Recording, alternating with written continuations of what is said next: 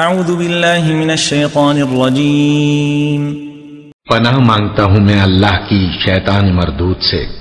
ثم افیضوا من حیث افاض الناس واستغفروا اللہ ان اللہ غفور رحیم۔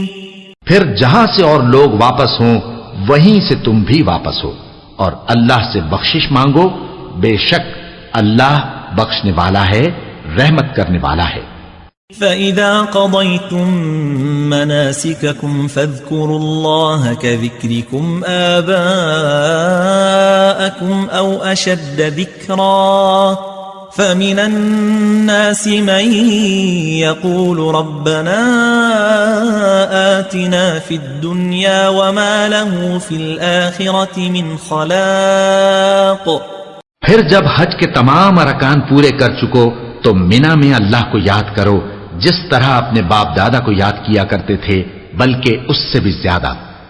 اور بعض لوگ ایسے ہیں جو اللہ سے التجا کرتے ہیں کہ اے پروردگار ہم کو جو دینا ہے دنیا ہی میں دے دے، اور ایسے لوگوں کا آخرت میں کچھ حصہ نہیں۔ وَمِنْهُمْ مَنْ يَقُولُ رَبَّنَا آتِنَا فِي الدُّنْيَا حَسَنَةً وَفِي الْآخِرَةِ حَسَنَةً وَقِنَا عَذَابَ النَّارِ۔ اور بعض ایسے ہیں کہ دعا کرتے ہیں کہ پروردگار ہم کو دنیا میں بھی نعمت عطا فرما اور آخرت میں بھی نعمت بخشیو اور دوزخ کے عذاب سے محفوظ رکھیو۔ اولئک لهم نصیب مما کسبوا واللہ سریع الحساب۔ یہی لوگ ہیں جن کے لیے ان کے کاموں کا حصہ یعنی اجر نیک تیار ہے اور اللہ جلد حساب لینے والا ہے۔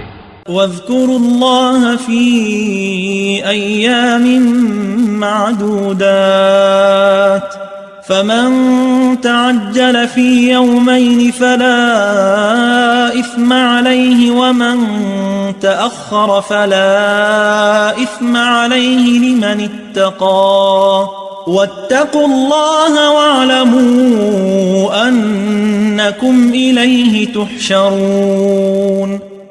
اور قیام منا کے دنوں میں جو گنتی کے دن ہیں اللہ کو یاد کرو، اگر کوئی جلدی کرے اور 2 ہی دن میں چل دے تو اس پر بھی کچھ گناہ نہیں، اور جو بات تک ٹھہرا رہے اس پر بھی کچھ گناہ نہیں۔ یہ باتیں اس شخص کے لیے ہیں جو اللہ سے ڈرے، اور تم لوگ اللہ سے ڈرتے رہو اور جان رکھو کہ تم سب اس کے پاس جمع کیے جاؤ گے۔